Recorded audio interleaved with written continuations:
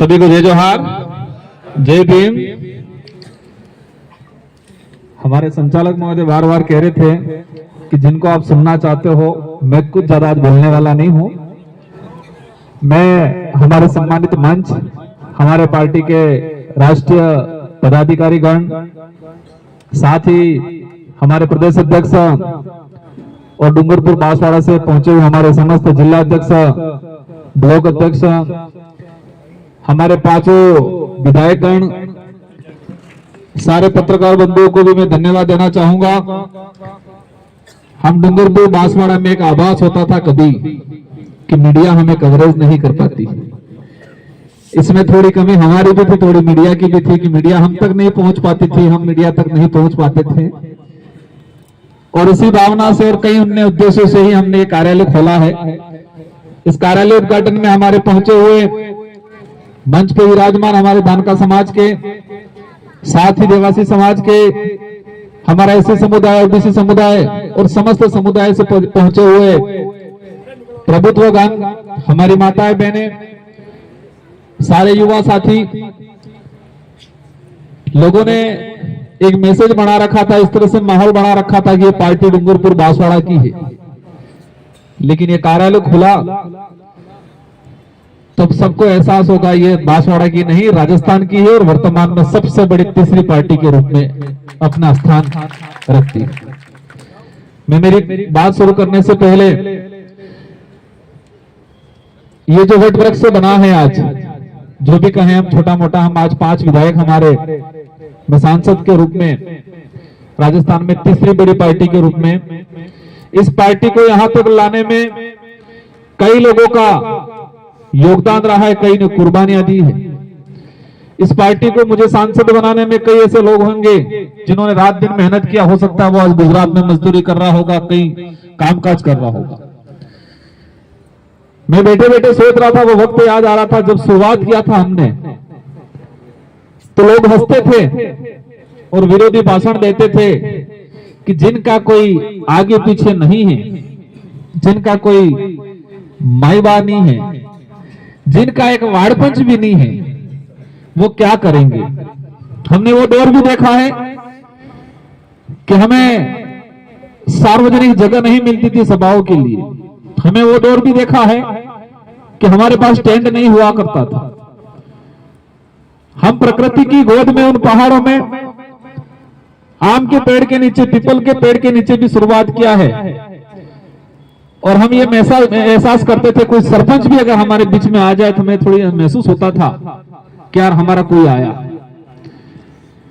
लेकिन मेहनत इतनी लगन से किया, एक सच्चाई के मार्ग पे चले, उद्देश्य को लेकर चले, लोभ लालच में नहीं आए, और इसी वजह से आज एक सांसद और 5 हमारे विधायक यहाँ पर उपस्थित हैं और कई सरपंच हैं, हमारे कई प्रधान हैं।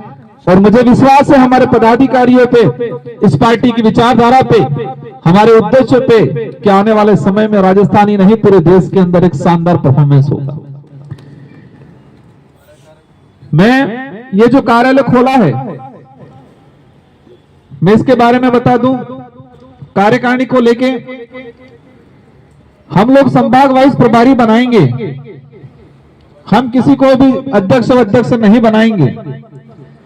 संभाग वाइज प्रभारी बनेंगे। प्रभारी में जो बेस्ट काम करेगा, जो गरीब के लिए, दबे कुचले के लिए, सच्चाई के लिए आवाज उठाएगा, उनको हम जिम्मेदारी देंगे।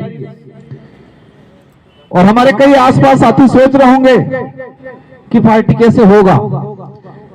चिंता मत करो, जो आप सोच रहे थे वही डूंगरपुर बांसवाड़ा में 2018 से पहले दूसरे लोग सोच रहे थे। अवश्य इस क्षेत्र के अंदर पूरी राजस्थान हो, हमारे करौली सवाई माधोपुर या उधर भरतपुर अलवर हो या कोटा संभाग हो, क्योंकि हमें हमारी आइडियोलॉजी पे विश्वास है। और हमारी आइडियोलॉजी में ये चीज है, हमारे संचालक महोदय कह रहे थे। मैं एक बात बताना चाहूंगा, मैं इस पार्टी में हमारा कोई सुप्रीमो नहीं है, मैं इस पार्टी का एक मामूली सी कार्यकर्ता हूं। भले आज मुझे सांसद बनाया गया है, और हमारी पार्टी की बखूबी ये है कि कोई भी हो, अगर पार्टी में अनुशासनहीनता करता है तो उसको पनिशमेंट किया जाता है। आज मैं सांसद हूं, मैं 2 बार विधायक बना, मैं पार्टी में अच्छी जगह रखता हूं, इसके बावजूद भी मैं मेरी टिकट मेरी इच्छा से नहीं ले सकता हूं। मेरे निर्वाचन क्षेत्र की जनता तय करेगी कि इसको टिकट देना है या नहीं देना है। इस तरह की खूबसूरत सिलेक्शन प्रणाली किसी भी पार्टी में नहीं मिलेगी। ये लोकतंत्र है।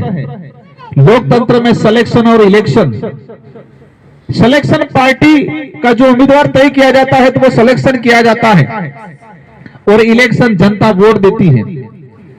लेकिन इन राष्ट्रीय पार्टियों ने सिलेक्शन का पावर जनता से छीन के हाईकमान के रूप में ले लिया और इसी वजह से अच्छा जनप्रतिनिधि नहीं चुन पाता। इस पार्टी में हमारा सिलेक्शन पावर उस क्षेत्र की जनता के पास है, वो तय करेगी किसको चुनाव लड़ाना है, किसको चुनाव नहीं लड़ाना है। इलेक्शन से इंपॉर्टेंट सिलेक्शन है हमारा। तो इसी बात पे आना चाहूंगा। और इस पार्टी में राजकुमार रोत आज गलत करेगा तो राजकुमार रोत भी पनिशमेंट होगा। आदमी सर्वोपरि नहीं है, व्यक्ति इंपॉर्टेंट नहीं है, व्यवस्था इंपॉर्टेंट है हमारी और व्यवस्था ही बरकरार इंपॉर्टेंट रहेगी। इसलिए मैं मानता हूं, क्योंकि वो हमारी सबसे बड़ी ढाल है। क्या है ढाल? ये जो व्यवस्था है हमारी, और इसी से हमें ताकत मिलती है और इसी से हमें कॉन्फिडेंस आता है कि हमारी पार्टी कहीं रोकने वाली नहीं है। इसलिए साथियों, मैं पूर्वी राजस्थान में इस इलाके के कोटा संभाग से कुछ साथी आए हैं, हमारे धानका समाज से, रेबारी समाज से, इसी समुदाय से सभी साथियों से अनुरोध करना चाहूंगा। बातें बहुत सारी हैं, ये शुरुआत हुई है, आने वाले समय में और बातें करेंगे। मुद्दों की बात करें, हमारे जितेंद्र भाई ने बताया अन्याय सब जगह होता है, लेकिन वक्त आने पर हम भूल जाते हैं। इन राष्ट्रीय पार्टियों ने भी ये कर रखा है साइकोलॉजी दृष्टि से कि आंदोलन करते हैं, लेकिन चुनाव के दौरान ऐसा मुद्दा क्रिएट कर दिया जाता है तो 5 साल का संघर्ष, 5 साल जो शोषण हुआ उनको भूल जाते हैं। भेदभाव आज भी होता है। हम हर समाज का, हर धर्म का सम्मान करते हैं, लेकिन हम ये चाहते हैं कि समानता, इस आजाद भारत के अंदर समानता आज भी कायम नहीं हुई।